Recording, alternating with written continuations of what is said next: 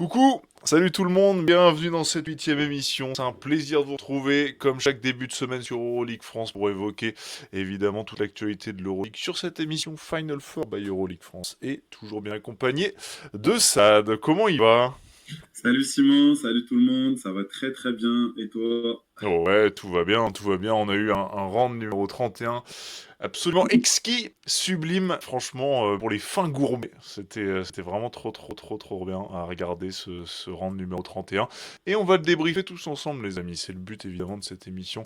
Comme chaque début de semaine, vous faire toute l'actu et vous débriefer toute l'actu de l'Euroleague.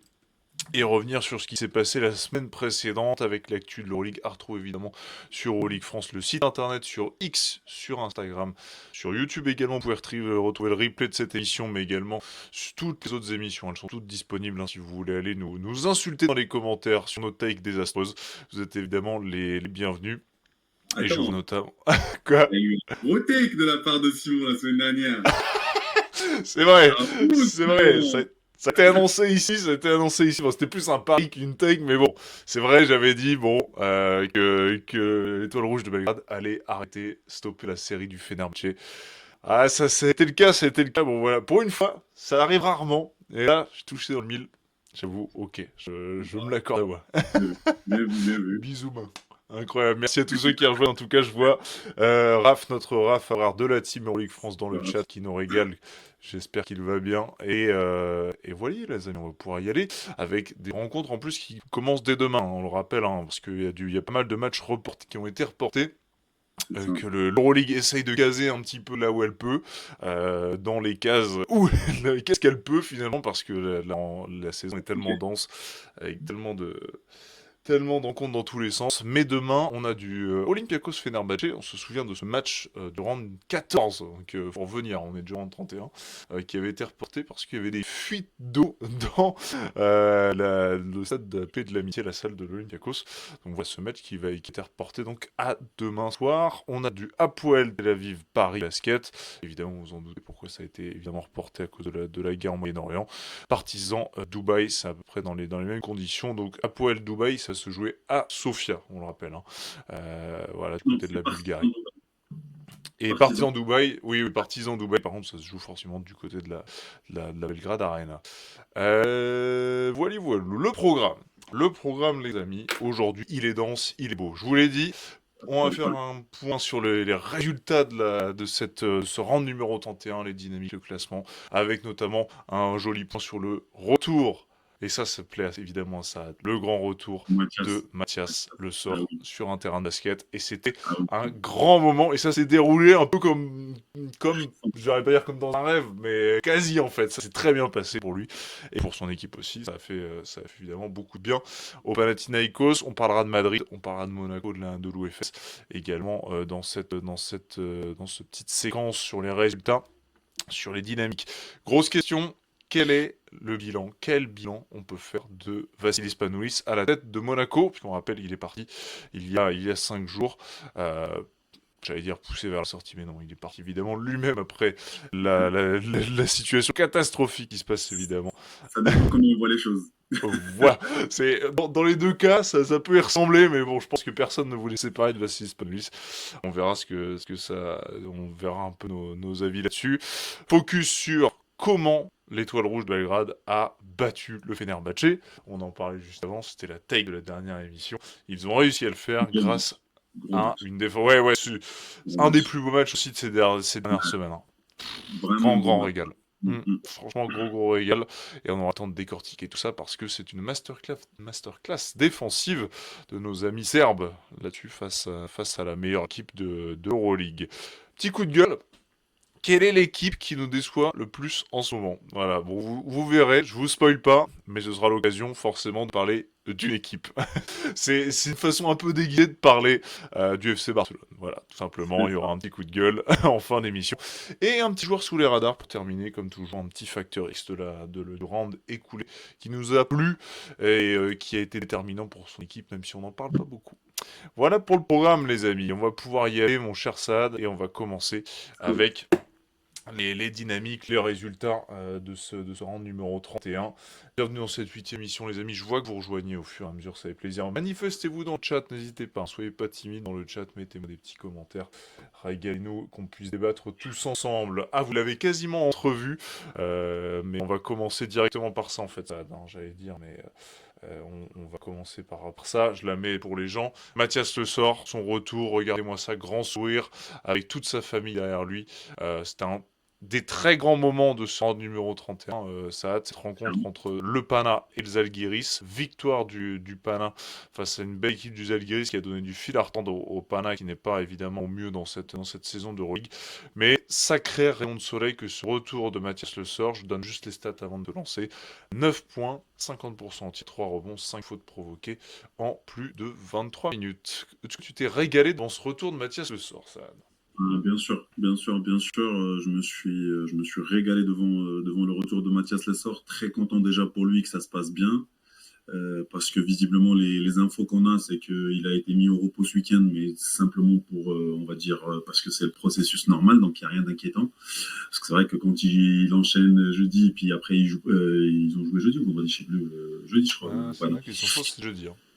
Ils ont joué jeudi et puis derrière ils jouent pas le week-end. Tu te dis bon, ouf, qu'est-ce qui se passe encore? Mais finalement non. Et c'est vraiment apparemment le process normal, rien d'inquiétant. Très content de sa prestation aussi. Moi je trouve que sa prestation franchement elle était solide. Il était titulaire, Euh, on le rappelle. Hein. alors oui, tout à fait, il était titulaire. T'as vu, il démarre avec le post-up, post bas là tout de suite. Premier panier du match, ça met tout le monde dedans. C'est énorme. Derrière sur un pick and roll, il va au dunk. Non, il met le feu, il apporte cette énergie, vraiment, il apporte l'énergie, il apporte la fixation à l'intérieur.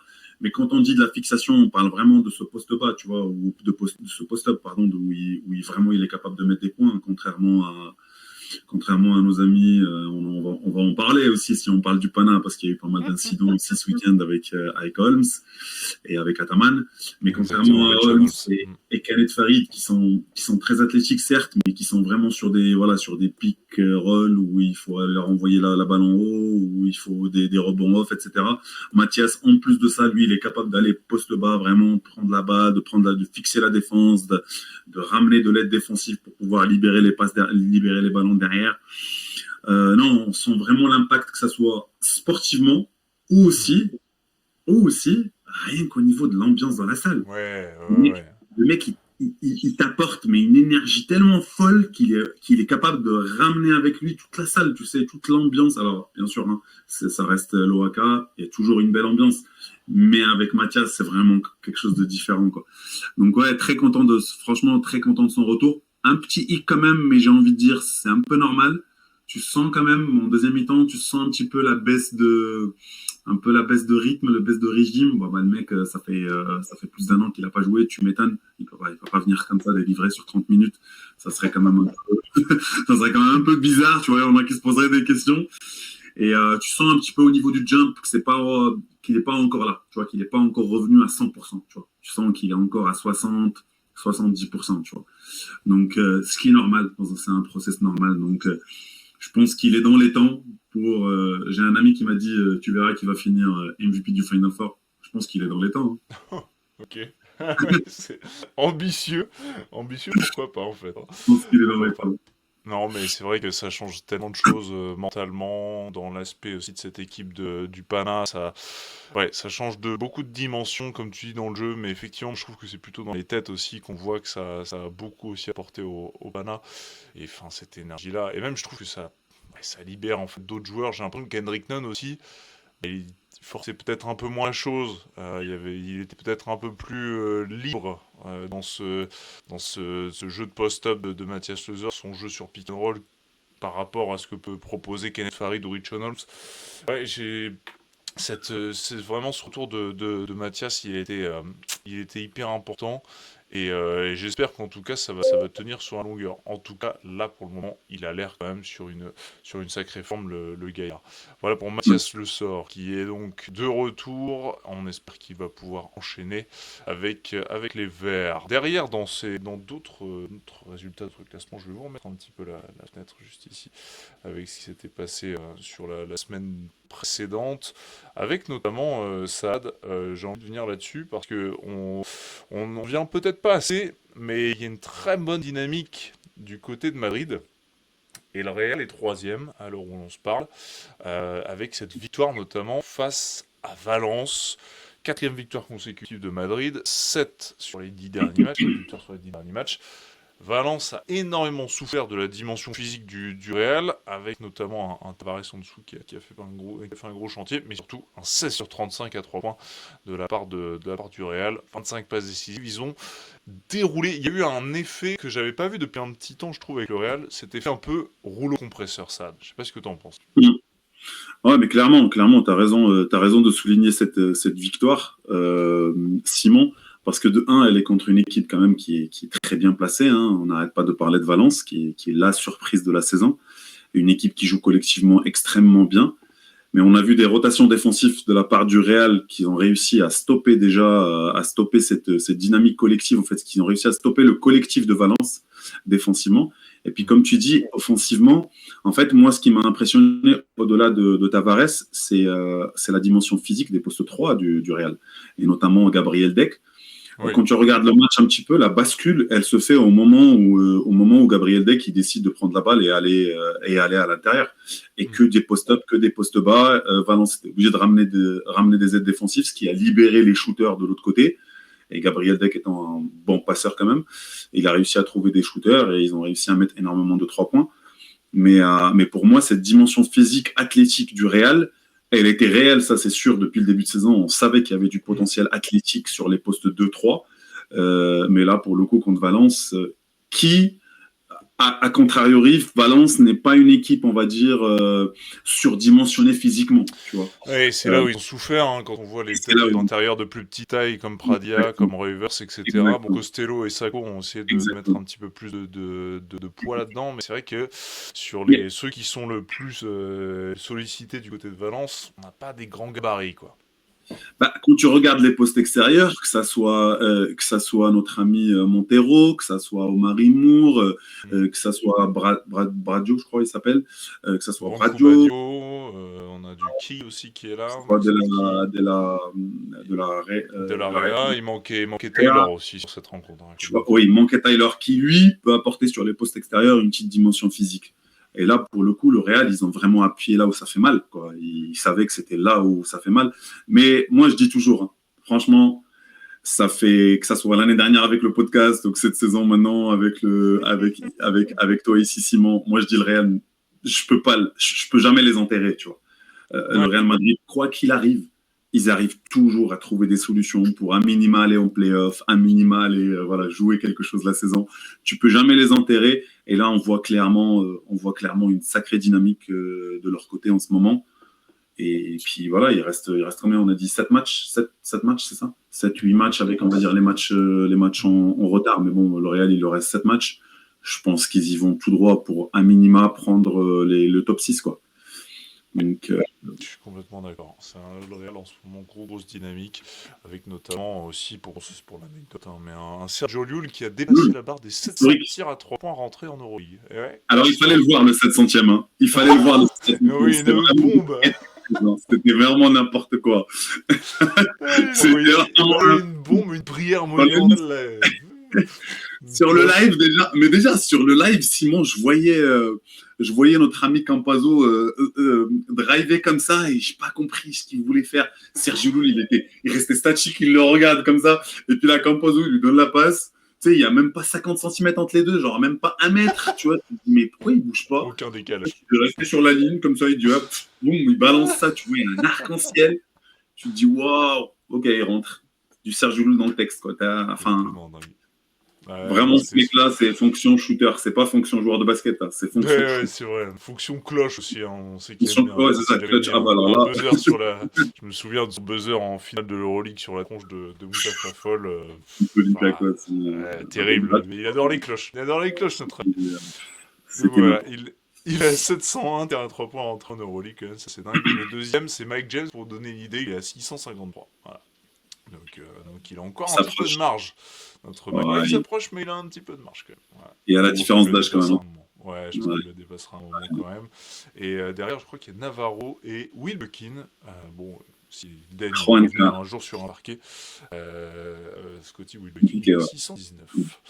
Mm. D'ailleurs, on parlait du Real, on parle de Valence. Valence, je voyais sur le site notamment de Basket News une info apparemment. Valence sur le point de prolonger Nathan Night Rovers. Pardon, Night Rovers, voilà, donc logique, vu la saison Logique, du gaillard.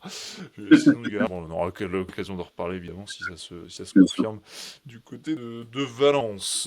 Dans les autres résultats, on n'arrête plus Dubaï, 5e victoire consécutive. Dans l'eau, il y avait le Real, il y avait l'Olympiakos, il y avait Milan, il y a Lasvel et Baskonia. Voilà, donc un mois après le mois de février parfait, il continue. Les dualistes, malgré en plus la délocalisation, on rappelle, hein, ça, ils vont jouer désormais en Bosnie, du côté de Sarajevo, à la Zetra Arena. Il y avait quand même plus de 5000 personnes dans la salle, ce qui était quand même pas si mal, notamment pour voir le local de l'étape, Zanan Musa, qui Ah est oui, bosnien, on le rappelle, et qui est une véritable légende du basket là-bas. Et donc, sa présence a fortement incité les gens à venir encourager Dubaï. C'était et je peux te dire, assez marrant ce match quand même. Enfin, je peux te dire que c'est pas les mêmes spectateurs qu'à Dubaï, là, hein, pour le coup. Là, là, on n'est pas sur la même, tu vois ce que je veux dire, sur la même physionomie. C'est limite, t'as envie de te dire que Dubaï sont limite contents de cette délocalisation, en tout cas en termes ouais, j'ai d'impact. l'impression aussi, ouais, parce que là, du coup, t'as la chaleur des fans de Ah, bah là, l'Est, quoi. Il y a un truc qui se passe, c'est clair, ça doit avoir changé la vie un peu. puis il y a pas mal de joueurs de l'Est, hein. Je rappelle, il y a Alexa, il y a Chanel Moussa, bien sûr, il y a le coach aussi qui est de l'Est. Enfin, je veux dire, il y a, Ouais, c'est, ouais, ouais, il y a effectivement, il y a effectivement quoi. Mais c'est vrai que c'est pas la grande majorité, mais Moussa, en fait, amène tellement de monde, parce que bien c'est sûr. une véritable légende, quoi. Mais c'est parce que c'est en Euh, Bosnie, donc Et c'est parce c'est que c'est en Bosnie, forcément. Ça, c'est clair. Ils ont visé juste là-dessus. 6 joueurs à au moins 10 déval du côté de Dubaï face à la pire défense quand même de l'Euroleague, Baskonia. Ne l'oublions pas, voilà rapidement, mais clairement Dubaï en grosse aussi sur une grosse dynamique. On aura le temps aussi peut-être de s'attarder là-dessus sur de prochaines émissions. Sur d'autres résultats, alors complètement dingue, mais c'était donc pour la première de Monaco post Vassilis Panoulis face à l'Olympiakos en Euroleague. Hein. oui, Donc pour la première de Manouchar Markouachvili, celui qui évidemment supplée bravo, bravo Vassilis Panoulis. pour la prononciation, Simon. Franchement, j'aurais pas pris le risque perso.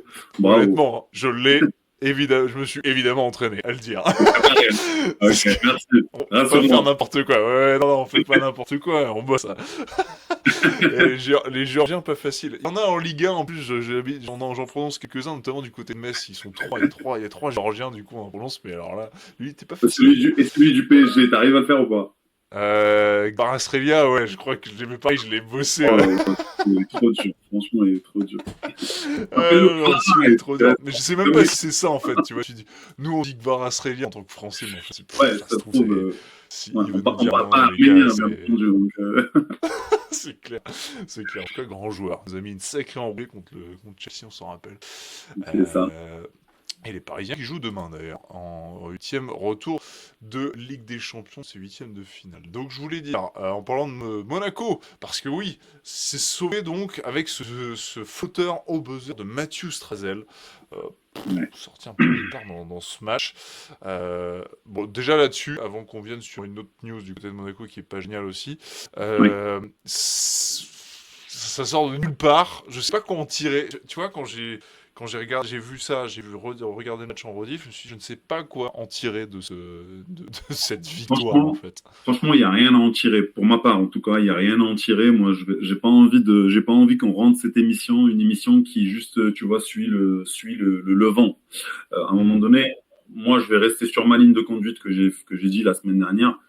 Pour moi, clairement, aujourd'hui, c'est pas suffisant ce qu'on a vu de Monaco, et pour l'instant, j'y crois pas. Et cette victoire-là, pour moi, c'est comme une pièce, elle aurait pu tomber de l'autre côté. Enfin, la pièce, elle aurait pu tomber de l'autre côté. Tu vois, c'est pas, je veux dire, quelques secondes avant, c'était l'Olympiakos. Pour avoir regardé le match, j'ai vu aucune domination ni de l'un ni de l'autre. C'était un match très équilibré. Hmm. D'un côté, on a quand même, il manquait quand même Sacha Vezenkov, c'est pas n'importe qui. Et puis de l'autre côté, de l'autre côté, par contre, on va pas se mentir, on a senti une rébellion un peu mentale, ça c'est clair. On voit des joueurs qui se disent putain, on va pas s'endormir, tu vois, on va pas se Ouais, bien laisser sûr. comme ça, malgré toutes les difficultés extra-sportives.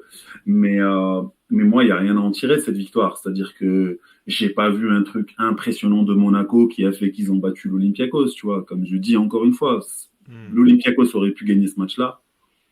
Voilà, rien de choquant, tu vois. Donc voilà, pour moi, il n'y a rien à en tirer. Et maintenant, faut voir. Et puis, preuve en est aussi la défaite qui a suivi dans le championnat. C'est la preuve que ce match-là, ça ne veut pas dire que Monaco, ça y est guéri, et que Monaco, ça y est, direction les playoffs ou les play-in. C'est clair, il y a des fêtes aussi, des fêtes un peu inquiétantes contre Nancy en Betclic Elite. C'est clair, hein, bon, il y a une Coupe de France, une finale de Coupe de France à jouer quand même. Il y a encore des objectifs. Forcément, en Betclic, ils veulent aller chercher le titre. Ils ont eu la Leaders Cup. On va avoir le temps d'y revenir dans un instant.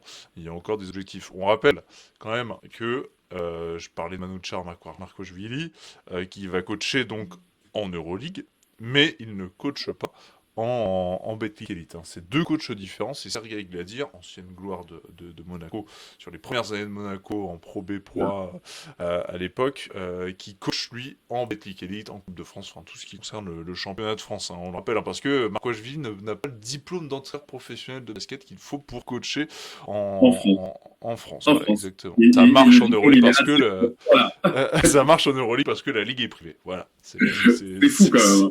La fameuse bureaucratie française. C'est incroyable. C'est ça, c'est exactement ça. L'administratif français, les amis. Voilà, pur et le bonheur. D'ailleurs, c'est le dernier jour pour faire vos impôts. Non, c'est faux. Évidemment, non. Quand même pas. Hello, mon Simon. Oh, Nivea Men Expert, le retour incroyable. Alors là, c'est un des plus grands blazes qu'on ait vu sur cette chaîne Twitch, sur l'ancienne émission Final Four. C'est Nivea Men Expert qui nous rejoint, ça me fait plaisir, ça fait longtemps que je ne l'avais pas eu. Hello mon grand, je vais pas révéler l'identité, peut-être qu'il veut pas, voilà, mais on l'embrasse, on joue ensemble au basket, voilà, c'est un grand monsieur et un très bel homme. Voilà les amis, on y va sur la suite de cette émission. Et on parlait de Monaco, je pense que ça peut être la transition parfaite. Là, vous avez encore les résultats devant les yeux, les amis. On va se bouger un petit peu là. D'ailleurs, dans les résultats, on a oublié de mentionner comme cette victoire au buzzer de l'Anadolu FS.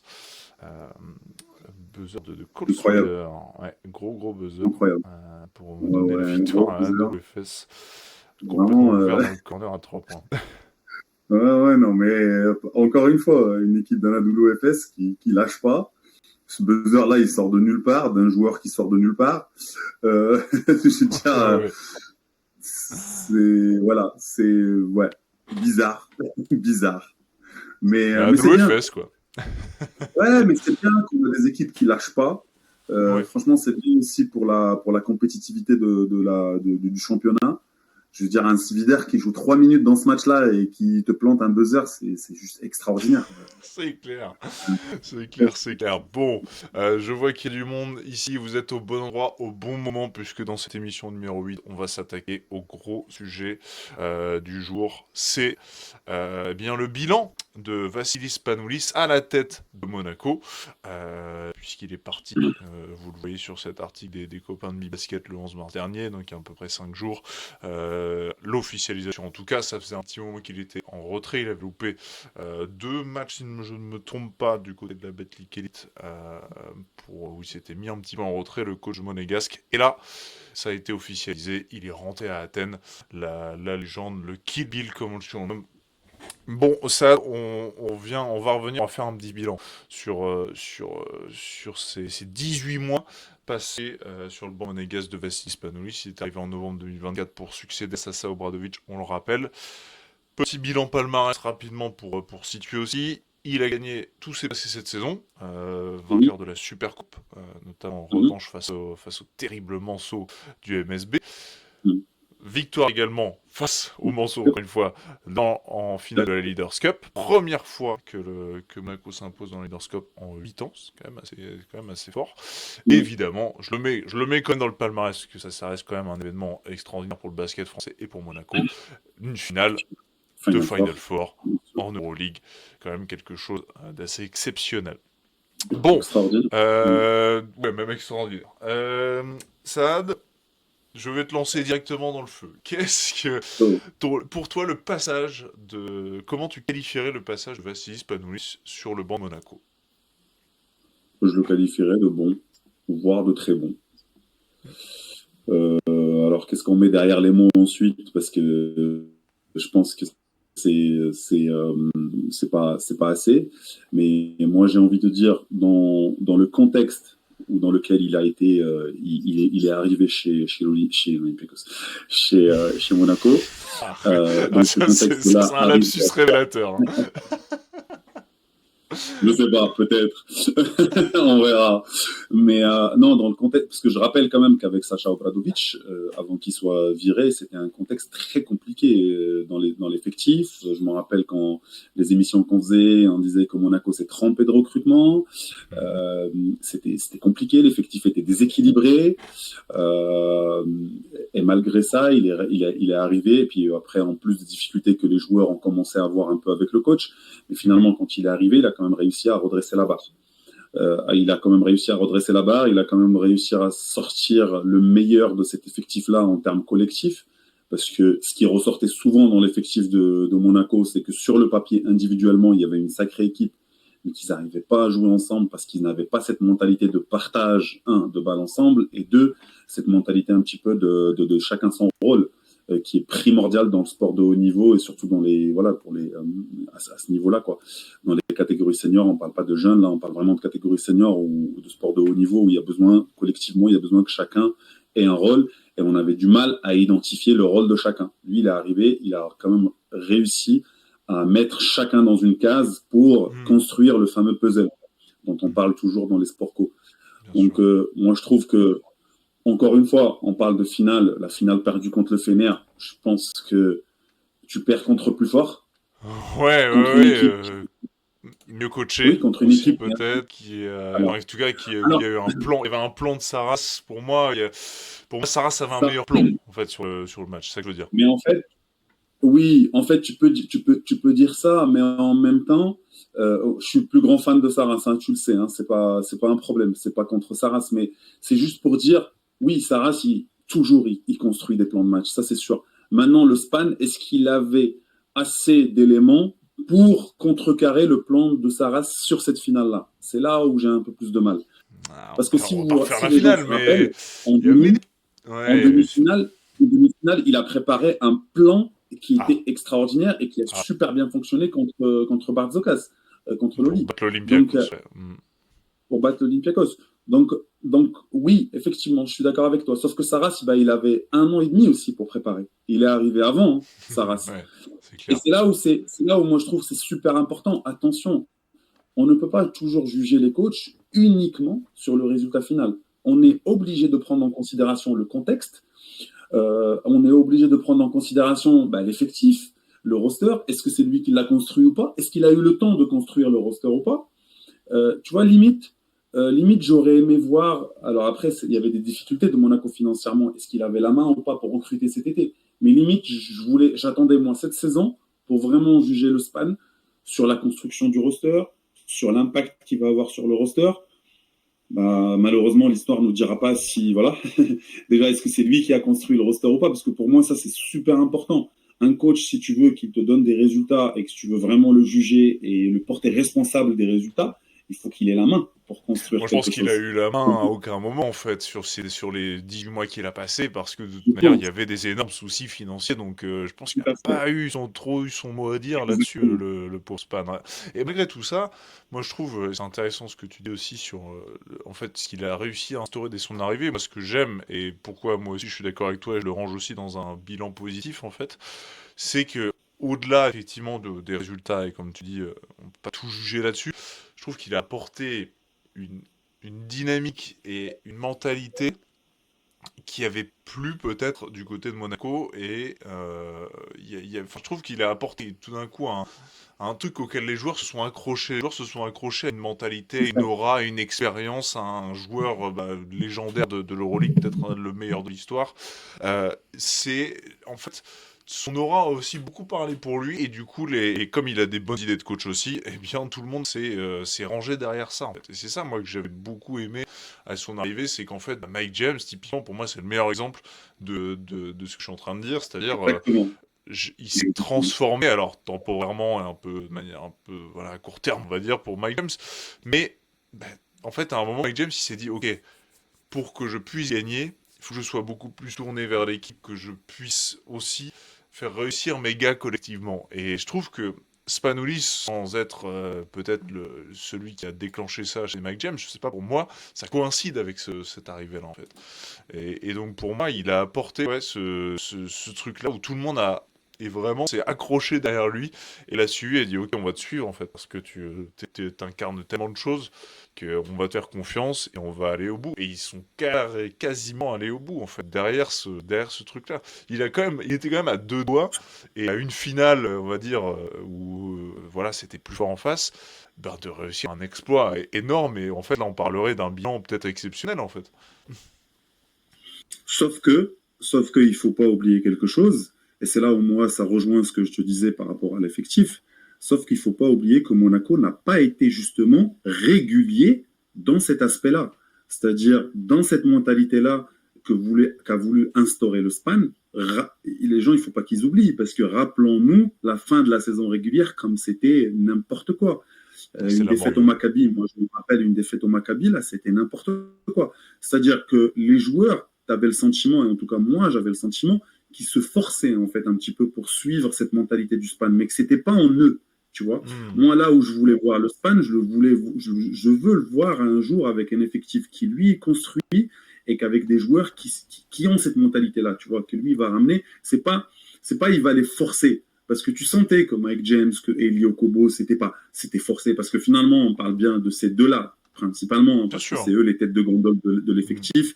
Qu'on le veuille ou pas, c'est toujours les gardes qui, voilà, les postes 1, 2, qui ont la clé du jeu. Donc, si les postes 1, 2 ne suivent pas ta philosophie, ça va être compliqué pour toi de construire quelque chose selon ta philosophie, tu comprends? Donc, et deuxième chose aussi, c'est que, oui, la saison, elle était extraordinaire en Euroleague en arrivant en finale malgré la défaite, mais il ne faut pas oublier non plus qu'ils ont perdu en finale de Betclic. Ouais, contre Paris, ça se joue à pas grand-chose. C'était une des plus grandes finales d'ailleurs des dernières années en Betclic. Exactement. Donc Paris qui fait une belle saison, une très belle saison bien entendu, mais logiquement, normalement Monaco, tu n'as pas les mêmes moyens que Paris, tu es censé être au-dessus. Tu comprends? Mais, et les effectifs ne sont pas construits de la même manière, etc. Tu étais censé être au-dessus. Voilà, on va mettre ça aussi, encore une fois, je n'ai pas envie de juger les coachs uniquement sur les titres, sinon Pedro Martinez, il serait une pipe, hein, finalement. Il peut l'être, hein, franchement, tous les coups. Et Ataman serait le GOAT, tu vois, et Ataman serait le GOAT. Donc, non, j'ai pas envie de faire ça. Je dis juste que voilà, le contexte, il faut le prendre en compte. L'expérience du club aussi, en Euroleague, n'était pas la même. Je ne dis pas que Obradovic n'était pas capable peut-être d'aller en finale. Tu vois, mais voilà, Obradovic est arrivé, il y avait quelques problèmes aussi, on va dire, il y a aussi des cycles, tu sais, les coachs, les effectifs, c'est aussi des cycles. À ce niveau-là, tu peux pas durer trop longtemps, surtout quand tu as des superstars, tu vois, les mecs, ils se lassent vite, et il y a des cycles, c'est 2-3 ans grand maximum, après il faut que tu changes, sinon c'est compliqué. Mais voilà, moi je dirais que c'est un très bon, pour moi, en vue de tout ça là, c'est un très bon résultat ce qu'a apporté Spanoulis. C'est un très bon passage de Spanoulis chez Monaco. Je suis assez d'accord avec toi. Et même, moi, je rajouterais aussi un truc, c'est qu'il y a un sentiment chez moi d'être passé à côté d'une success story un peu quoi. C'est ce que je racontais un peu juste avant, mais enfin une légende qui gagne l'Euroleague en tant que joueur, en tant que coach, Mike James qui décroche enfin son titre en Euroleague, l'ascension Monaco qui était en National 1 en 2011 et qui remporte le Final Four en 2025. J'ai un profond regret, moi, et donc ça vient pas, ça vient juste compléter le bilan, mais sans l'entacher ou quoi qu'est-ce, ce bilan de Vassilis Spanoulis. Ça vient limite ça vient limite dans son sens, où il y a un regret, mais malheureusement, enfin, les déboires extrasportifs de Monaco, qui sont complètement pas liés à ce qu'a proposé Vassilis Spanoulis sur le terrain avec ses joueurs. Il y a un profond regret, mais là, du coup, j'en veux à Monaco, en fait. J'en veux à la direction de Monaco d'avoir gâché ce truc-là. Je sais pas si t'as ce même sentiment, toi, Exactement. Sad. Oui, oui, oui, je suis complètement d'accord avec toi sur ce sentiment-là. On est passé à côté de quelque chose de grandiose. Déjà pour le basket français, première Euroleague. Ensuite, comme tu dis, Mike James, ça aurait été pour lui un accomplissement extraordinaire qui de finir enfin champion et en plus champion avec une légende du basket européen et de l'Euroleague qui est le Span. Pour ma part, le Span champion coach, ça, j'ai aucun doute, ça va arriver. Un peu de Ok. patience, ça va arriver. Ça, j'ai aucun doute. Honnêtement, j'ai Ah, aucun doute. take. Ça va arriver, le Span champion Euroleague, sauf si l'Euroleague s'efface demain parce qu'il y a la NBA Europe, bon, bah, ça c'est autre chose.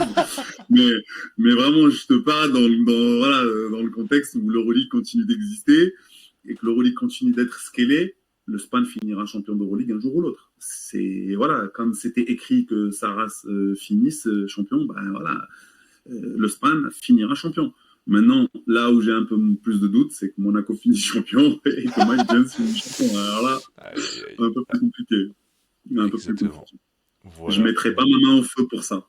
C'est une belle conclusion de ce bilan de Vassilis Panouis à la tête de Monaco.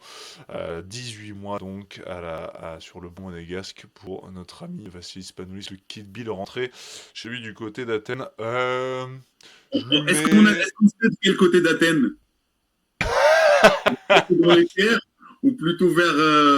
Faut savoir où il habite maintenant. Faut essayer de checker où est-ce qu'il a, où est-ce qu'il a S'il y acheté a, sa nouvelle maison. s'il y a des gens en Grèce qui nous écoutent là aujourd'hui, on a envie de S'il y a des savoir, Grecs voilà. qui nous écoutent, on a envie de savoir, il habite où, s'il vous plaît. Exactement, exactement, s'il vous plaît. On veut juste calculer le temps de trajet, tu sais.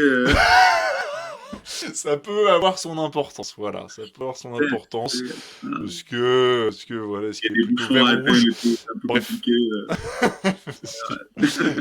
Ah là là, non, on verra pour Vassis Panos et la Ouais, suite. On a hâte évidemment de savoir ce qu'il va faire de la suite de sa carrière de coach, le Big Span. Voilà pour Monaco et la suite de Monaco. Et ben, on verra ce que ça donnera avec le Géorgien Marcoashvili à la tête de cette formation monégasque jusqu'à la fin de cette saison d'Euroleague. Le focus, les amis, à 18h39 sur Euroleague France.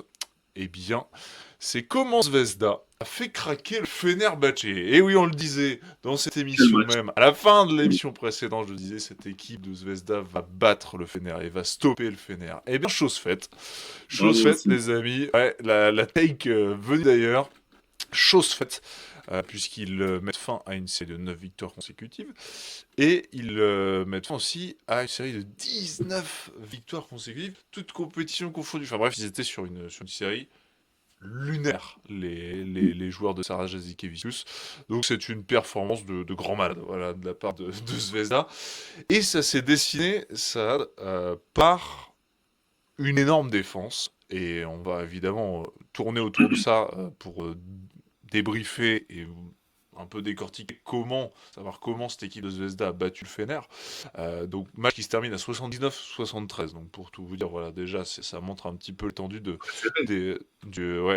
serré et aussi le fait que ça a bien Ouais, un défendu, scoring. le fait, scoring Scoring. bas, le fait que à la fois Zvezda a bien défendu sur le Fener et à la fois Zvezda a toujours un petit peu de mal aussi offensivement. On sait que Offensivement. défensivement, c'est leur grosse clé. Voilà. Donc, défensivement, peut-être qu'on peut aller là-dessus, Saad. Ou alors tu veux qu'on aille peut-être Alors, chronologiquement, non, peut-être, sur la fin, oui, sur le match. Vas-y, raconte-nous. alors oui, juste, en tout cas, mon ressenti à moi devant le match, c'est que, on va dire que jusqu'au, la première mi-temps, tu vois, si on s'était parlé à la mi-temps, je pense pas que, honnêtement, moi, j'avais le sentiment que le Fener maîtrisait son match et j'avais le Moi aussi. sentiment que tout allait bien pour le Fener. Alors, si tu enlèves les premières minutes, tu sais, les premières minutes où il y a vraiment le feu là pour le coup, avant que Baldwin, alors là, Baldwin, il les a remis sur. Wow, vraiment, il a enchaîné 8 points là, c'était.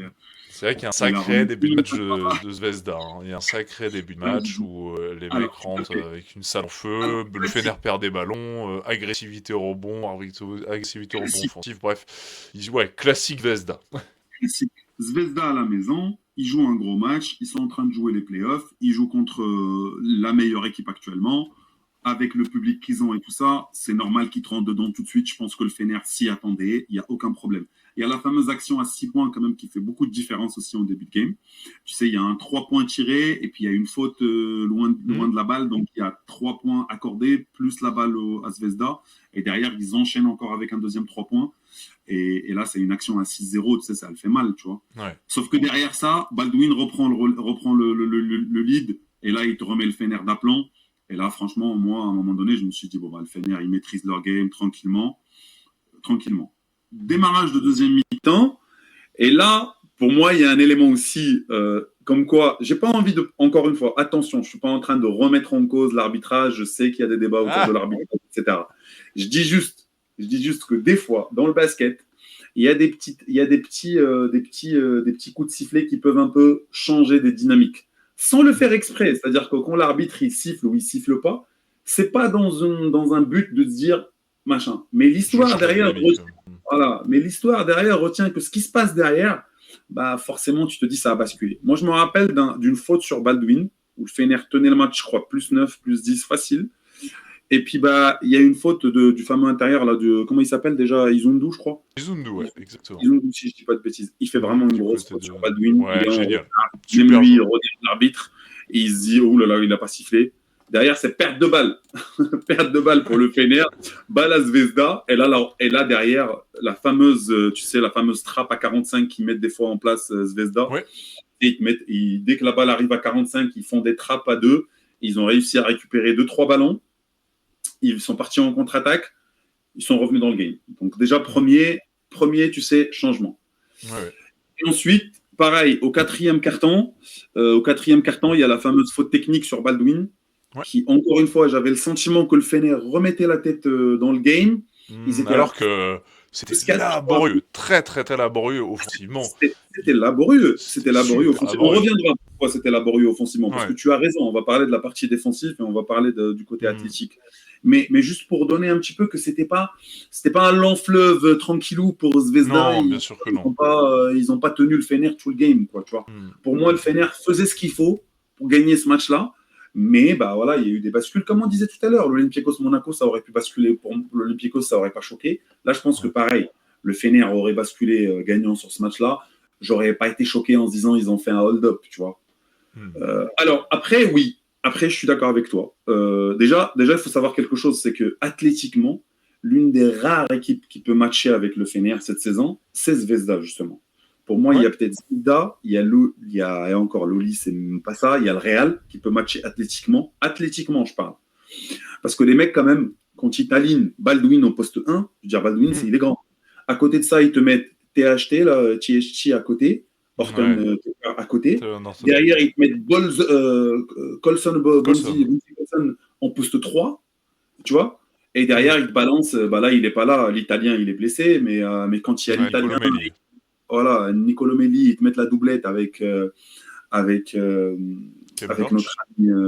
ami Kim Berch. Et t'imagines le 5 qu'ils ont athlétiquement, tu vois. Ouais. Là, pour le coup, ils ont réussi à matcher. Il y a Ojele qui a beaucoup défendu sur Baldwin. Il y a Kalinic qui match aussi avec la force de Horton Tucker. Ouais. Ils t'ont fait des prises à 2 sur Horton Tucker. Ils t'ont fait comme des feintes de prises à 2. Ah ouais, moi ça j'ai beaucoup aimé. Sur les montées de balles, en fait, ils ont obligé absolument Talen Horton-Tucker à lâcher son ballon, mais sans venir en fait. Il y avait toujours un mec qui était dans une aide semi-agressive comme ça. Ils étaient bien positionnés en fait pour gêner la montée de balle de Talen Horton-Tucker.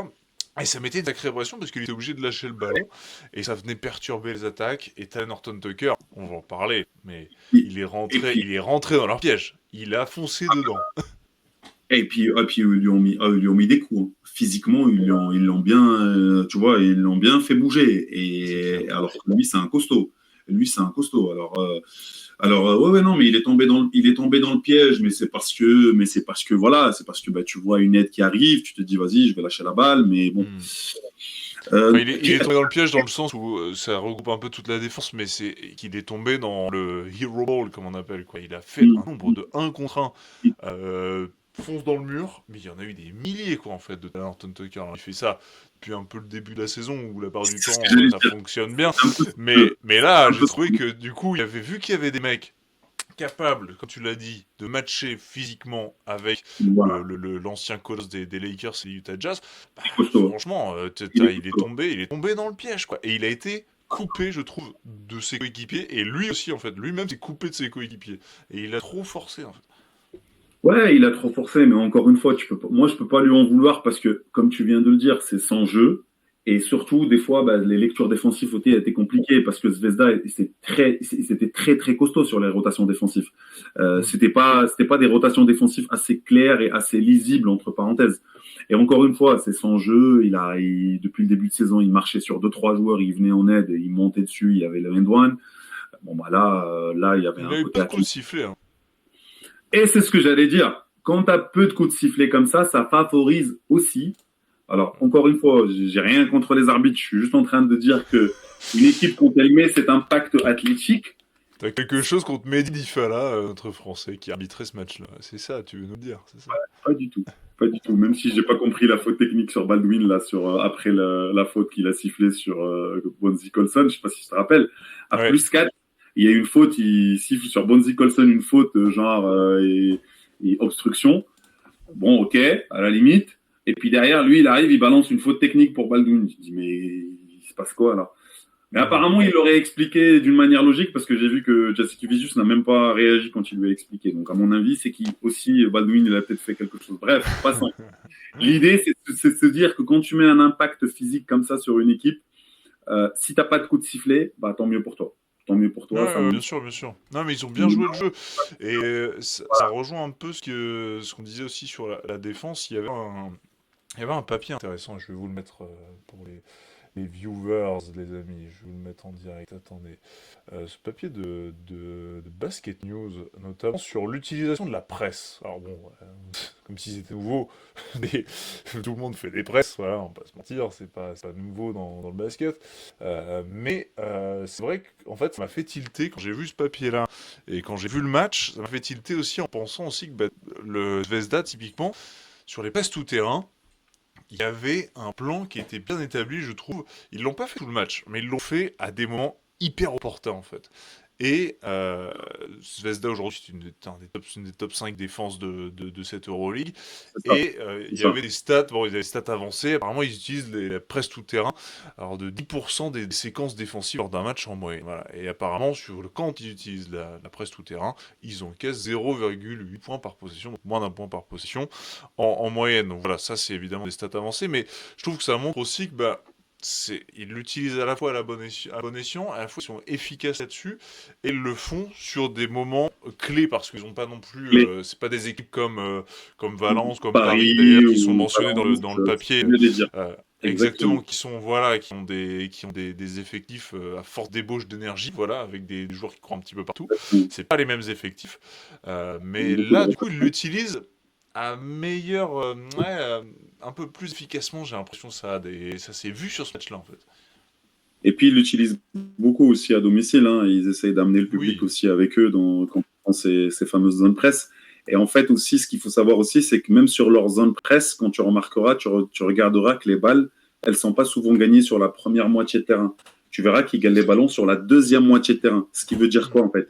Ce qui veut dire qu'en règle générale, ils sont pas comme Valence à Paris, où Valence Paris va tenter la prise à deux tout de suite. Dès la première Récupérer passe, les ils vont ballons tenter des hauts, ouais. prises à deux exactement sur la phase, tu vois, sur la première moitié de terrain. Eux, ils vont, entre parenthèses, comme s'ils vont t'accompagner un petit peu sur ta montée de balle. Tu sais, il y a des coachs, ils utilisent la zone presse aussi, juste pour baisser le rythme de l'adversaire, tu sais, pour le Clairement. retarder la montée de balle. Eux, c'est limite, ils utilisent ça dans ce sens-là au début, et puis d'un coup, dès que tu passes le demi-terrain, là, ils se jettent sur toi, comme je t'avais dit là sur les corners, ou Mm. plutôt à 45 des fois, où ils vont se jeter sur des prises à deux pour gagner les ballons, et là, ils partent tout de suite en contre-attaque. Mais oui, c'est une zone presse qui est utilisée différemment, c'est sûr, de Valence et de Paris, et moins souvent. Et surtout, Mm. moi, je les ai vus surtout l'utiliser à domicile, parce qu'à l'extérieur, je ne les ai pas trop vus l'utiliser. Ouais. Après, ils l'utilisent aussi beaucoup pour, entre parenthèses, pour, comment dire, fructifier déjà un moment Ouais, qui est dans leur faveur, tu sais. bien Ils sûr. l'utilisent pas pour complètement changer le cours du match, c'est plus justement pour appuyer un peu la tête sous l'eau un peu de l'adversaire. Ce que je disais hier, quand ils ont réussi un peu à mettre un 3 points, 2-3 points, ils réussissent à revenir dans le game, et là ils balancent la zone presse pour vraiment appuyer sur la tête des adversaires. Ouais. Après, pour revenir sur le Fener, quand tu regardes aussi les stats, quand tu prends un Tarik Biborovic qui est, je crois, 1 sur 7 ou 1 sur 8 à 3 points. Je vais te dire ça tout de suite. Tu peux checker la sur stat. 7. Voilà, 1 sur 7 à 3 points, ça n'arrive pas souvent. Ouais, c'est clair. Ça change énormément de choses. Parce que Tarik, il arrive à t'ouvrir le terrain. Mais les mecs, ils ont bombardé. Hein. 7 sur 31 à 3 points pour le Fener. Ils ont l'habitude d'en mettre. Ouais. Ils ont l'habitude d'en mettre. C'est clair. Mais je trouve que dans ce jeu imposé, la défense de Zvezda les a en même temps poussés à le faire aussi. C'est ça qui les a fait déjouer aussi. Oui, tout à fait. Donc non, mais gros match en tout cas de Zvezda. Bravo à eux. Je pense que c'était l'une des dernières, pas une dernière cartouche, mais en tout cas c'était une cartouche à pas lâcher en fait. C'était un joker à pas lâcher parce que à domicile, même si tu joues contre le premier, mais t'es quand même à domicile, t'as pas le droit de gâcher les matchs à domicile quand tu joues la course au play-off ou au play-in, parce que derrière ça pousse. Ouais. Donc, tu l'as dit. mention, comment il s'appelle, notre ami Carter, là, c'est ça, c'est Carter, il s'appelle, l'arrière de non, pas le nouveau, je parle de l'ancien déjà, non, pas Tyson Carter, comment il s'appelle, celui qui est Butler. J'ai dit Carter. Butler. Pardon, oui. Butler. Ça, je connais pas. Franchement, tu vois le talent, le mec. Franchement, talentueux. Franchement, fort joueur, talentueux, vraiment rien à dire, le mec. J'aime bien que tu mentionnes ça parce que je regardais, moi, sur le match, il y avait un truc qui me bluffe un peu, c'était son handle. Alors, si vous avez le temps de voir les dribbles de ce mec. Ouais, son handle, il est magnifique. Il a un dribble assez marrant. Il est jamais tête baissée, ce mec. Il a toujours le buste super droit et il te met des crosses super efficaces. Il est capable de lâcher des passes, parce qu'il a lâché ses passes à l'intérieur. Non, il est capable de lâcher des passes. Non, c'est un très bon joueur. Bon, on le savait, mais qui confirme. Comme je disais, le fait que Zvezda épure un petit peu son roster, ça a défini un peu les rôles un peu plus clairement dans la tête de chaque. J'ai l'impression, j'ai l'impression. Jared Butler qui a seulement 25 ans en plus, donc c'est encore un jeune joueur, jeune arrière qui a notamment fait quelques matchs en NBA du côté des Sixers. Tu voulais rajouter ? Toujours Cody Miller-McIntyre. Pour moi, c'est un extraordinaire joueur. Franchement, pour moi, c'est un très bon joueur, les gars. Franchement, c'est un très, très bon joueur. Un joueur capable de noircir la feuille de stats, comme on dit. C'est pas unidimensionnel, il est capable de tout faire. Et vraiment, franchement, j'adore. Moi, je le 10 points. 10 points, 8 rebonds, 12 passes, 21 dévals sur cette rencontre. Et il y a 2 moments hyper importants. Il met 2 énormes dunks. Le dunk, c'est extraordinaire. Vraiment, un en contre-attaque et 2 en contre-attaque, en fait, d'ailleurs. Et le deuxième, il est impressionnant, où il y a Talen Horton-Tucker qui est juste derrière lui. Il tombe Marseille à faute, il lui retombe dessus, il se relève sur lui, il hurle. Enfin bref, il y avait une énergie. C'est ça qui a permis aussi à Zvezda de gagner. Exactement. Le NBA Europe, j'espère qu'ils ont encore une fois regardé ce match-là. De toute façon, il suffit de regarder les matchs à domicile à Belgrade, les gars. Les gens qui ont l'occasion d'aller à Belgrade, il faut y aller. C'est unique, c'est extraordinaire. C'est vraiment, c'est extraordinaire. C'est unique. Il y a aucune ambiance pour moi aujourd'hui. Et pourtant, j'aime le Pana. J'ai aucun problème avec Loli aussi, je trouve qu'ils ont une belle ambiance, mais il n'y a aucune ambiance en Europe qui peut matcher l'ambiance à Belgrade. De la Belgrade Arena, évidemment. De la Belgrade Arena, que ce soit le ou le Partizan. Le Partizan, bien sûr. Et Zvezda qui remonte à la 6e place quand même. Ça. Donc ça, c'est vraiment une belle opération aussi au classement, clairement. Nous qui les voyons sortir, bon, c'est une grosse bagarre. Personne. Oui, on voyait pas Monaco sortir à l'époque parce qu'on n'était pas au courant un petit peu de tout ce qui se passe aussi à Monaco. Je pense qu'aujourd'hui, le client numéro 1, il s'appelle Monaco. On parlera juste après d'un autre, mais le client numéro 1 aujourd'hui s'appelle Monaco. On parle tout de suite d'un autre. Puisqu'on va parler du FC Barcelone, les amis. Et oui, parce que je voulais mettre... Alors, quand on prépare les émissions, là, on essaie de caler un petit peu tout ça. Il y a souvent le focus, il y a souvent la grosse question. Et là, je me suis dit, il faut qu'on ait un coup de gueule. Il faut qu'on ait un coup de gueule de quelqu'un qui connaisse très bien cette équipe du Barça. Et il est juste là, les amis. Ça va nous faire... va pouvoir se lancer là-dessus parce que... Je remets juste le contexte et je te laisse y aller. Mais le Barça, c'est 8 défaites sur les 11 derniers matchs. La plus récente, évidemment, contre l'Apoel Tel Aviv, de 5 points, 80 à 75. 4 revers de suite. Il y a eu une défaite en Liga, également en championnat, face au Badalone de Ricky Rubio et de Jabari Parker, les ex-barcelonais également. Il y a une confrontation face à Valence qui arrive en Euroleague dès jeudi. C'est quoi qui cloche en fait, ça, du côté de Barça? Je pense que clairement on touche les limites de l'effectif dont on a parlé en début de saison. C'est aussi simple que ça. C'est-à-dire que, encore une fois, je répète ce que je dis toujours, un effectif a absolument besoin d'un coach. Et un coach a absolument besoin d'un effectif. Les coachs sont pas des magiciens, et les joueurs, c'est impossible qu'ils se drivent tout seuls non plus, aussi forts qu'ils peuvent être. Et là, rappelez-vous, depuis le début de saison, on dit que cet effectif du Barça est vieillissant. On dit que le Barça, depuis maintenant 3-4 ans, pour moi en tout cas, à minima 3-4 ans, elle ne travaille pas bien. Le Barça ne travaille pas bien pour construire leur effectif. Malgré tout ce qu'ils peuvent me raconter de leurs difficultés financières, etc. Il y a des clubs qui ont beaucoup moins de budget que ça et qui arrivent à construire des rosters meilleurs que ça. Donc, pour moi, le problème au Barça n'est pas un problème financier, mais plutôt un problème de travail. Il y a un manque d'humilité. Les gens de qui? Tu veux que je commence à nommer des gens? Ah non, mais faut que les gens que les viewers aussi sachent. Ouais, mais il y a un élément, c'est le même depuis le début de cette situation. Il y a une seule personne qui n'a pas changé. Et c'est une légende du basket européen. C'est une légende du Barça.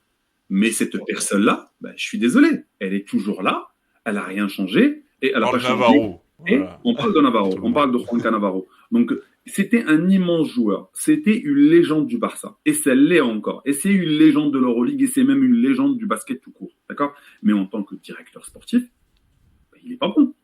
Il n'est pas bon, je suis désolé. Au-delà des aspects financiers, encore une fois, comment tu peux expliquer qu'il y a des clubs qu'ils arrivent à trouver des joueurs avec un budget moindre et qui performent. Et que le Barça, ils perdent leur temps à aller chercher des Fall, à aller chercher des Willy Hernan Gomez, payer des millions et des millions, à payer des buyouts pour Dario Brizuela. Alors, je le kiffe, Dario Brizuela, mais est-ce qu'il méritait vraiment le buyout qu'on a payé pour lui? Je crois pas. Voilà, c'est pour moi. Donc oui, effectivement. Après, on est arrivé Joël Parra. Voilà, Parra aussi. On a payé le buyout de Parra pour le prendre de Juventud. Mais est-ce qu'il méritait vraiment ce prix-là? Non, je crois pas. KP, tu vas le chercher un an plus tard. Et encore une fois, Kevin Punter. Mais encore une fois, lui, il délivre.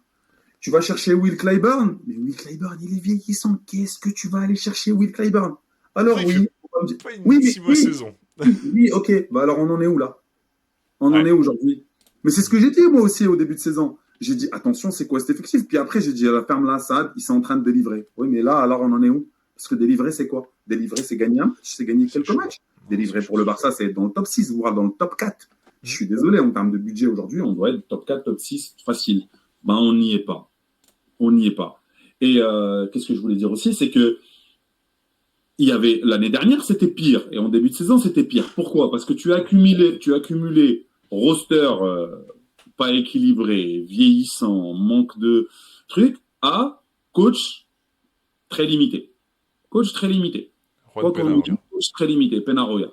Et puis, là, tu récupères un bon coach, un très bon coach. Xavi Pascual qui fait partie des plus grands coachs espagnols. Mais même lui, il pète les plombs. Regarde sa réaction sur le banc. Il est en train de crier. Le mec, alors il a réussi, entre parenthèses, à insuffler une certaine dynamique à son arrivée, mais encore une fois, le span. C'est-à-dire qu'à un moment donné, tu peux pas tout faire, tu peux pas être magicien, les mecs, tu peux pas les changer toi-même. C'est impossible. Alors oui, ils vont suivre une certaine... Tu sais, il y a toujours ce fameux choc mental quand il y a un nouveau joueur qui arrive, on en Ouais. parle beaucoup au foot, tu sais. Ouais, bien sûr, le nouveau Choc coach qui mental. arrive, ça Voilà. change toujours une grande dynamique, hein. Enfin, Exactement. en tout cas, mais temporairement, quoi. Temporairement, à un moment donné, la réalité, elle revient. C'est pour ça que moi, je juge jamais une équipe sur un résultat, sur deux résultats. Il faut attendre. Et là, on le voit. Là, moi, j'ai assez attendu. C'est fini. C'est n'importe quoi. Enfin, je veux dire, là, alors oui, peut-être qu'on va gagner contre Valence. Il y a des chances. Il y a des chances que le Barça passe contre Valence. Mais ça veut rien dire encore une fois. La saison, compliqué. La saison, c'est compliqué. La saison, c'est compliqué. Et Dieu sait que malgré tout ça, il y a du matériel pour faire un petit peu mieux quand même. Parce que là, moi, ce qui m'inquiète aujourd'hui, c'est la prestation en elle-même, même des joueurs. Elle est encore plus inquiétante que ce que je pensais, tu sais. Parce que, ok, l'effectif, il est vieillissant. Ok, l'effectif, il est mal construit. Mm. Et pas au point de... Là, ils vont sortir du top 10 bientôt. À ce rythme-là, Ouais, ils ils sont sortent du top 10. 10e, là. Prochain match, logiquement, tu perds contre Valence. Logiquement, Dubaï gagne. Et Dubaï joue contre qui le prochain match? Ah, c'est une bonne question.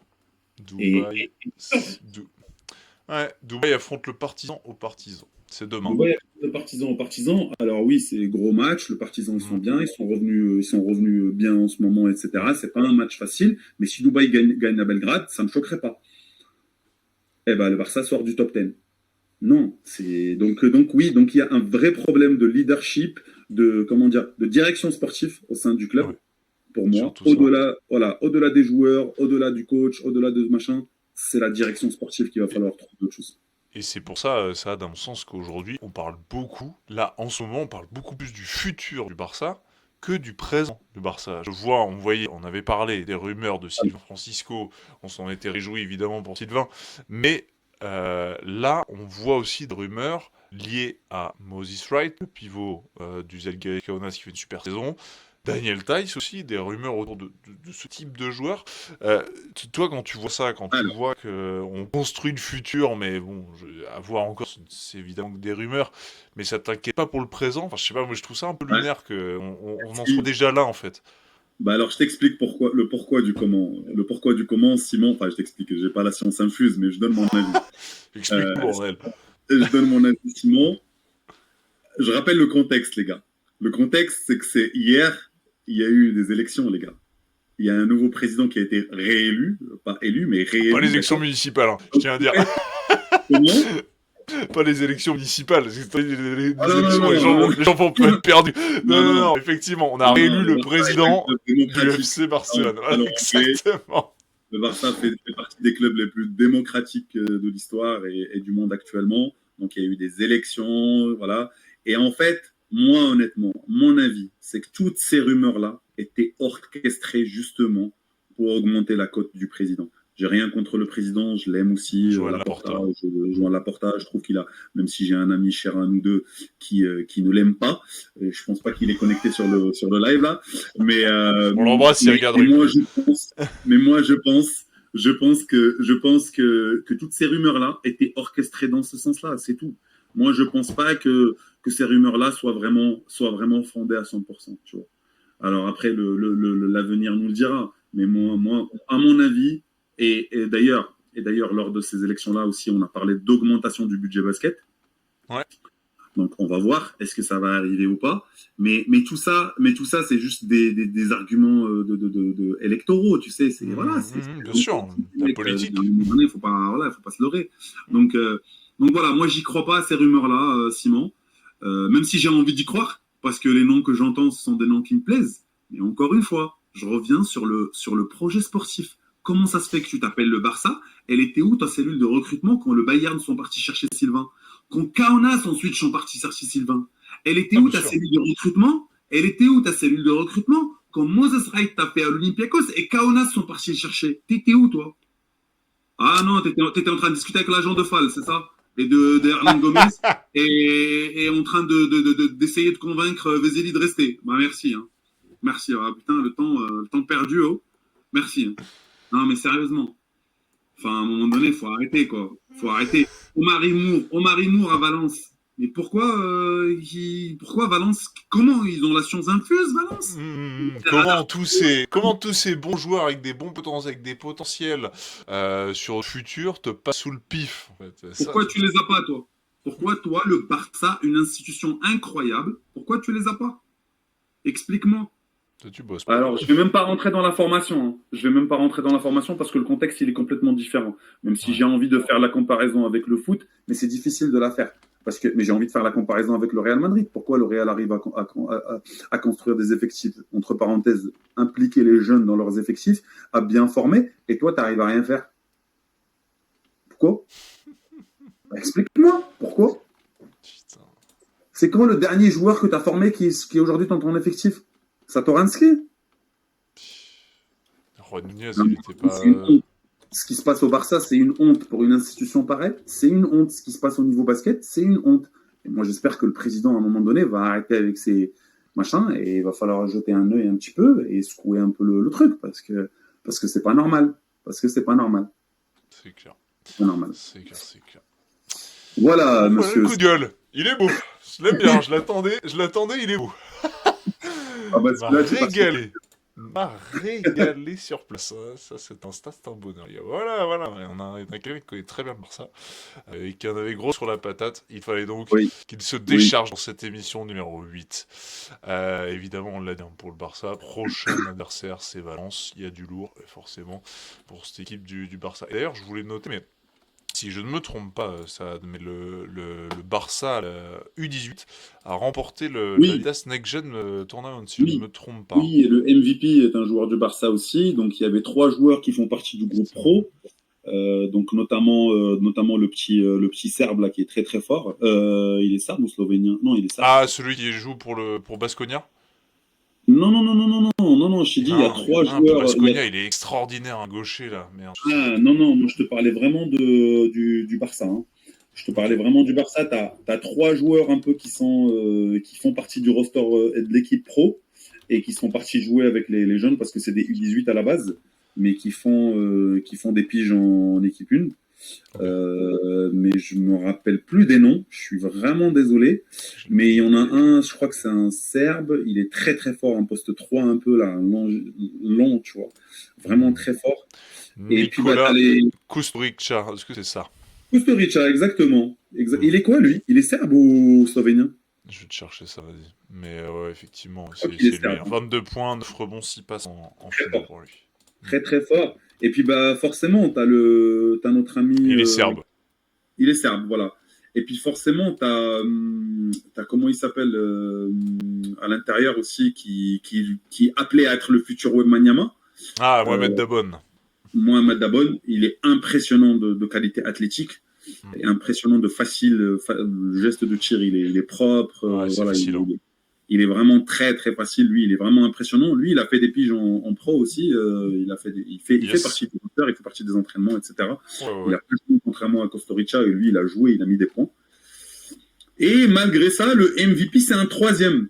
C'est un 3e aussi qui est très grand. C'est Bunche. Voilà. Lui aussi, il est très athlétique. Il est très impressionnant aussi de qualité athlétique. Mais voilà, en fait, il faut juste rappeler aux gens aussi que le contexte basket en termes de formation, c'est compliqué. Avec ce qui se passe au NCAA, c'est compliqué de garder les joueurs aujourd'hui. On le voit en France. Voilà, contrairement au foot, aujourd'hui, les joueurs au basket, ils ont la capacité d'aller au NCAA et d'être très, très bien payés. Donc, et à la fois, ils font leurs études et à la fois, ils sont à côté du marché américain parce que c'est leur rêve aujourd'hui, la NBA. Contrairement aujourd'hui au foot où tu peux garder les joueurs parce que le Graal est ici en Europe, tu vois. Ouais, il y en a de plus en plus. Il y en a de plus en plus, et en France aussi, je voyais récemment le jeune espoir de Blois, notamment, qui joue en Pro B, Thalys Soulac, qui apparemment aussi a jeté ses fleurs vers la NCAA. C'est bien dommage la fuite de ces talents, et on le voit beaucoup, nous Français. Mais la FIBA, évidemment. Mais la FIBA est en train de mettre en place une règle de buy-out, absolument de payer les clubs avant de récupérer les joueurs, qui n'existait même pas jusque-là. C'était le joueur, il pouvait partir gratuitement, c'est-à-dire son club formateur, il serait lésé à 100%. Quoi. Mon cher Sad, pour terminer cette 8e émission, on termine par la séquence rapide sur les joueurs sous les radars de ce round numéro 31. Quel est ton joueur sous les radars, ton petit facteur X? Ah, j'aime bien, il fait des petits signes là, mais on le voit, on sait pourquoi. Vas-y, dis-nous tout. Isaac Bonga, mon gars, lui, Oui, l'allemand. moi, j'aime trop Bonga. Je suis désolé encore une fois, j'aime trop les joueurs, comment on peut appeler ça, mais les joueurs un All peu qui noircent around. sur le tableau. All around, thank you, man. Euh, les joueurs qui sont capables de livrer des deux côtés du terrain, les joueurs qui sont capables de faire plusieurs choses différentes. Il est monté à 34 déval la semaine dernière Ouais. contre Bologne, à Bologne. Exactement. Vraiment un joueur que moi je kiffe, que je trouve pour moi c'est l'un des très bons joueurs d'Euroleague. Et voilà, Isaac Bonga, je voulais juste le mettre en lumière parce que à travers lui aussi j'ai envie de mettre en lumière aussi le Partizan, parce que le Partizan vraiment, malgré le fait que c'est compliqué, que c'est une saison galère avec tout ce qui s'est passé au début de saison, mais je trouve quand même qu'ils remontent la pente, qu'ils font honneur à leur institution, à leur maillot. Et franchement, je trouve qu'ils se battent comme des, voilà, je pense vraiment qu'ils se battent pour leur équipe, et tu le vois sur le terrain, tous les matchs ils vont aller chercher. Bologne, c'est pas facile à domicile. Bologne, en Italie, c'est très, très compliqué. Avec un Carson Edwards monstrueux. Ce joueur-là, il est monstrueux, Simon. Quel joueur offensif, hein, putain. Il est monstrueux. C'est vraiment, les mecs, t'es obligé de le doubler. Si tu le doubles pas, il fait tout ce que tu veux. Il ira scorer. Il est monstrueux. Donc Bonga pour moi, joueur sous le radar que j'ai envie de mettre en lumière cette semaine. 7 points, 11 rebonds, 5 passes. Merci à tous. C'était Isaac Bonga, s'il faut te provoquer également. Dans tout ça, une seule perte double. Voilà. Très propre. Monsieur propre, Isaac Bonga, champion du monde allemand, on le rappelle. Moi, de mon côté, j'ai choisi un Frenchy Cocorico, Joan Bégarin. Et oui, parce que dans le marasme monégasque, eh bien, un garçon qui tire son épingle du jeu, et personne ne l'a vu venir sur un poste. Personne savait qu'il pouvait qu'il pouvait évoluer à ce poste-là, mais bon, c'est tellement la merde avec Monaco qui est privé de Mirotic, privé de Daniel Theis, il y a des gros soucis à l'intérieur. Et qu'est-ce qu'on a mis? Joan Bégarin, poste normalement 1, 2, 3, normalement beaucoup plus. Et non, le mec est 4-5. Lunaire. Lunaire. C'est lunaire, il est en dessous des 2 mètres. Je suis sûr qu'il y a des gens qui savaient même pas qu'il existait un Bégarin dans l'effectif de Monaco. Oui, bien sûr. Ceux qui regardent pas la Betclic Elite. Ouais. Je sais pas, il a rarement joué en Euroleague. Puis d'un coup, hop. Non, t'as raison. Et puis en plus de ça, sur un poste qui n'est pas le sien, entre parenthèses, c'est pas sa spécialité, ce poste-là. Ouais, c'est clair. Bon, là, pour vous faire l'historique complet, il en est à 21 matchs sur Ligue joués, toute saison confondue. Il avait commencé la saison passée, notamment.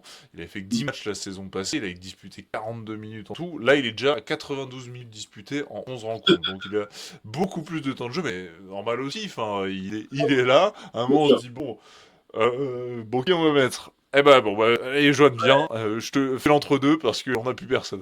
C'est quoi contre, il faut dire la vérité, c'est déjà à l'époque de Spanoulis où il a commencé à jouer. Bien sûr. La dernière époque, la dernière match.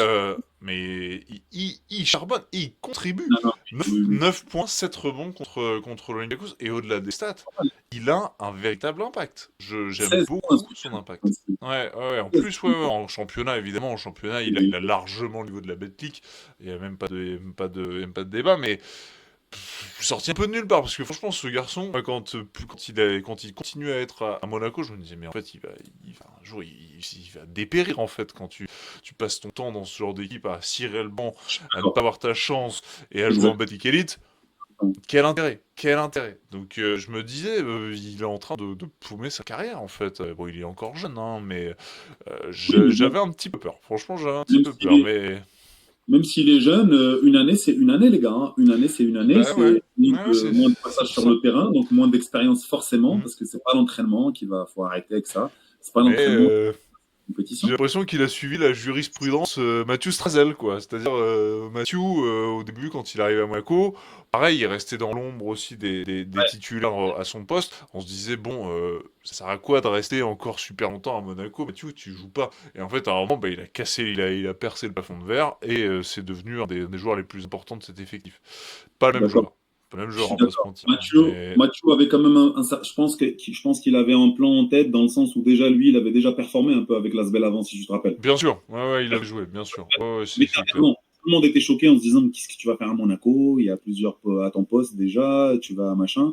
Non, finalement, il a réussi à s'imposer. Bravo à lui. Là, Bégarin, c'est pas pareil parce que Bégarin, moi, Non. je me disais, mais voilà, enfin, va dans une équipe entre parenthèses moyenne, fais tes stats, taf, montre-toi, et ensuite, si tu veux, tu peux aspirer à de Je sais pas, l'Asvel, à Monaco. je joue l'Eurocoupe avec Bourg-en-Bresse, Exactement. quoi. La Typiquement, moi, destination, je voyais dans cet aspect-là, quand je vois Adam va en Mokoka aujourd'hui. Turquie, va Voilà. en Turquie, parce qu'en Turquie, il y a pas mal de clubs Mhm. aussi qui donnent la chance aux joueurs. Va en Turquie, forme-toi, va en Serbie, forme-toi, va en Espagne, tu vois, fais-toi un nom. Mhm. Mais Mais non. bon, le fait est qu'il nous cloue le bec, puisqu'Bravo à il est lui. en train de gagner Bravo à sa lui. place dans la rotation, le joueur de Bégarin, et c'est En un régal. espérant, en Ouais. espérant, Simon, que maintenant, c'est pas juste passager parce qu'il y a des blessés à Monaco. Parce que attention Je à ça aussi. l'espère. Je l'espère pour lui Voilà, aussi. Je l'espère pour lui. attention à Mais ça c'est vrai aussi. que contre l'Olympiakos, forcément, il y avait du blessé. Il a eu son plus gros temps de jeu de la saison, avec plus de 18 minutes disputées. On verra aussi s'il serait capable vraiment aussi qu'on puisse le stabiliser à un poste, en fait. Hein, clairement. Parce que pour le moment, c'est vrai que c'est difficile de savoir où est-ce qu'il joue Joan Bégarin. Parce que pendant longtemps, chez les jeunes notamment, bah, c'était quand même plus un arrière, limite meneur, ailier, grand meneur. Donc Ouais. c'est différent. Voilà, on verra ce que ça donnera évidemment dans les prochains matchs, prochaines semaines pour Joan Bégarin. Et on embrasse le frère Jesse Bégarin qui a porté le maillot. Le SSM le portait à l'époque, c'était une belle époque. Voilà pour cette émission numéro 8, les amis, de Final Four by Euroleague France. J'espère que vous vous êtes régalés. J'ai vu qu'il y avait de plus en plus de monde, vous nous avez régalé. En tout cas, merci d'avoir été là. Vous pouvez retrouver toute l'émission en replay. Vous pouvez retrouver la séquence Monaco, la séquence Zvezda qui détruit le Fener et la séquence Saad qui détruit le Barça en intégralité sur, sur YouTube. Voilà, n'hésitez surtout pas à vous remater tout ça. Merci Saad d'avoir été là. Merci Simon, merci à tous. Eh bien, un gros bisous à tous. Prenez soin de vous. Passez une très belle semaine d'Euroleague, les amis. Et on se retrouve évidemment dès la semaine prochaine. Passez une belle semaine. Gros bisous. Ciao, ciao. Ciao, ciao.